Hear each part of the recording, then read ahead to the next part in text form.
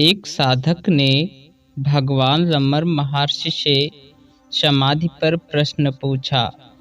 साधक ने कहा, महर्षि, समाधि का क्या उपयोग है?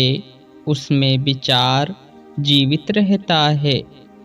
समाधि ही सत्य को प्रकट कर सकती है। विचार सत्य पर पर्दा डाल देते हैं। इसलिए समाधि से भिन्न किसी भी अन्य अवस्था में सत्य का अनुभव नहीं होता। समाधि में केवल मैं हूँ का अनुभव रहता है, कोई भी विचार नहीं।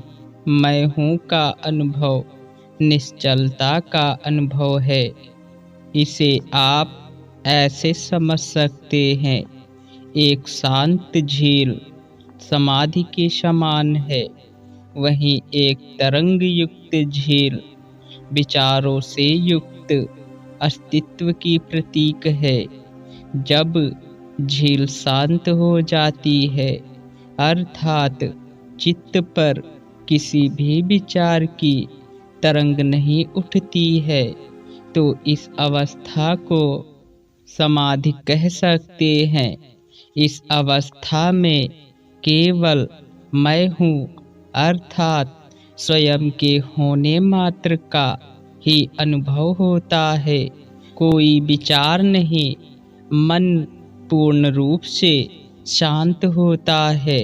महर्षि, यहाँ रहने पर मुझे जिस समाधि अर्थात निश्चलता का अनुभव होता है, उसे मैं कैसे दोहरा सकता हूँ?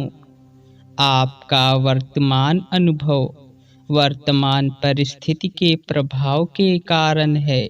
इस वातावरण से आप बाहर इसे प्राप्त कर सकते हैं। यह अनुभव रुक रुक कर होने वाला है, वह स्थायी न बने तब तक अभ्यास आवश्यक है। अर्थात यदि एक बार समाधि लग जाए तो उसी प्रकार से समाधि का जब तक अभ्यास करना चाहिए जब तक यह अवस्था स्थायी ना हो जाए। इसके लिए एक साधक को हर क्षण प्रयास करते रहना चाहिए।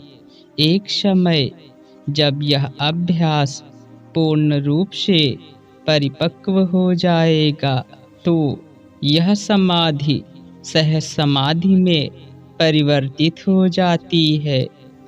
तो महर्षि, समाधि का अनुभव शांति का या निश्चलता का अनुभव है? वह शांत स्वच्छता जो मन की चंचलता से रहित है, उसे समाधि कहते हैं। वह मोक्ष का दृढ़ आधार है।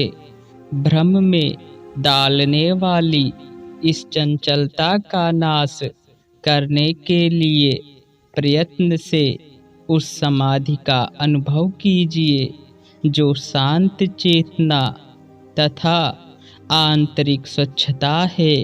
महर्षि, आंतरिक और बाह्य समाधि में क्या फर्क है? जगत को देखते हुए सत्य को पकड़े रखना एवं अंदर से कोई प्रतिक्रिया न होने देना बाह्य समाधि है। यह तरंग रहित सागर जैसी अवस्था है।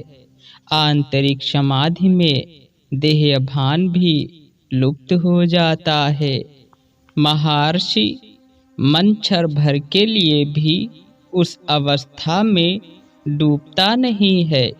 इसके लिए मैं चित्त एवं चित्त से देखे जाने वाले दृश्य रूप जगत से पर रहा हुआ आत्मा हूँ, ऐसा दृढ़ निश्चय होना चाहिए।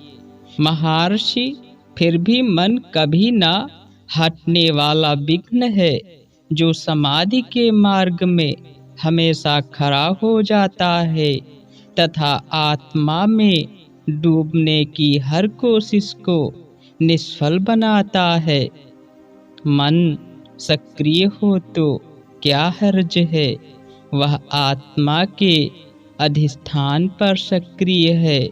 मन की सक्रियता के समय भी आत्मा को पकड़े रहिए तो समाधि कभी नहीं भंग होगी। हरि ओम तत्सत।